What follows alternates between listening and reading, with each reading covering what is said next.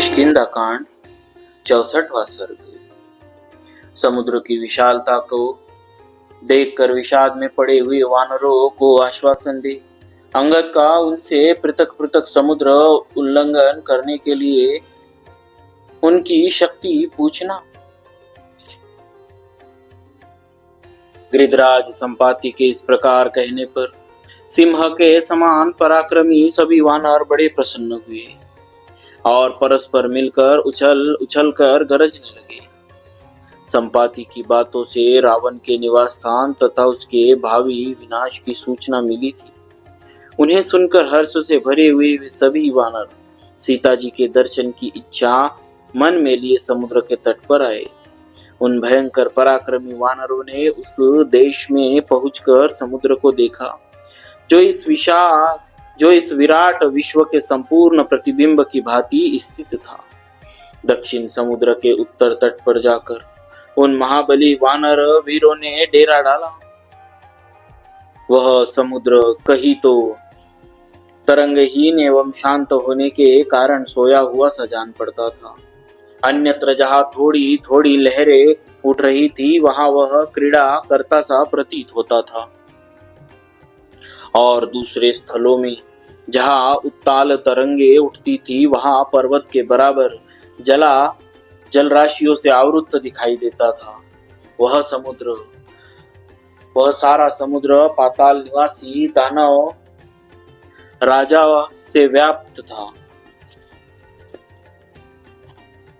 उस रोमांचकारी महासागर को देखकर वे समस्त श्रेष्ठ वानर बड़े विषाद में पड़ गए।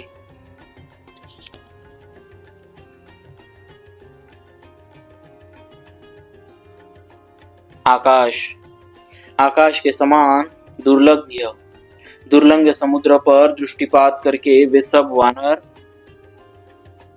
अब कैसे करना चाहिए ऐसा कहते हुए एक साथ बैठकर चिंता करने लगे। उस महासागर का दर्शन करके सारी वानर सेना को विषाद में डूबी हुई देख कपि श्रेष्ठ अंगद उन भयातुर वानरों को आश्वासन देते हुए बोले, वीरों, तुम्हें अपने मन को विषाद में नहीं डालना चाहिए, क्योंकि विषाद में बहुत बड़ा दोष है। जैसे क्रोध में भरा हुआ सांप अपने पास आए हुए बालक को काट खाता है, उसी प्रकार विषाद पुरुष का नाश कर डालता है।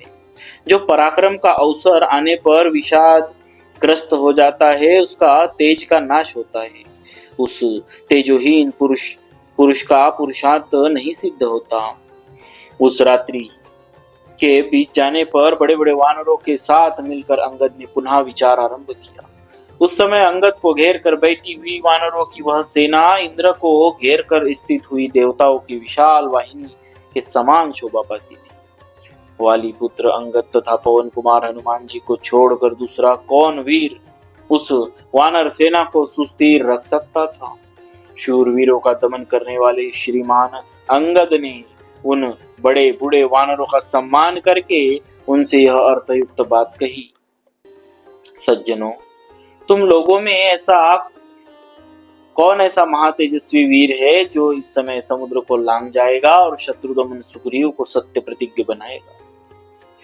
कौन वीर वानर 100 योजन समुद्र को लांघ सकेगा और कौन इस समस्त युद्धपतियों को महान भय से मुक्त कर देगा?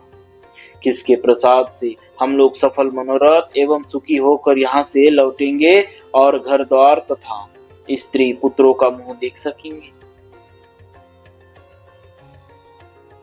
किसके प्रसाद से हम लोग हर्षोत्फुल्ल होकर श्री राम, महाबली लक्ष्मण तथा वानर वीर सुग्रीव के पास चल सकेंगे?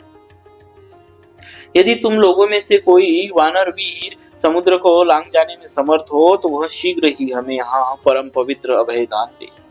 अंगद की यह बात सुनकर कोई कुछ नहीं बोला। वह सारी वानर सेना यहाँ जड़वत स्थिर रही। तब वानर श्रेष्ठ अंगद ने पुनः उन सब से कहा, बलवानों में श्रेष्ठ वानरों, तुम सब लोग दृढ़ता पूर्वक पराक्रम प्रकट करने वाले हो। तुम्हारा जन्म कलंक रहित उत्तम कुल में हुआ है, इसके लिए तुम्हारी बारंबार प्रशंसा हो चुकी है। श्रेष्ठ वानरों, तुम लोगों में कभी किसी को भी गति कहीं नहीं रुकती। इसीलिए समुद्र को लांघने में जिसकी जितनी शक्ति हो वह उसे बतावे। इस प्रकार श्री वाल्मीकि निर्मित आर्ष रामायण आदि काव्य के किष्किंधा कांड में 64वां सर्ग पूरा हुआ। बोलिए श्री सीताराम महाराज की जय। भक्तवत्सल भगवान की जय।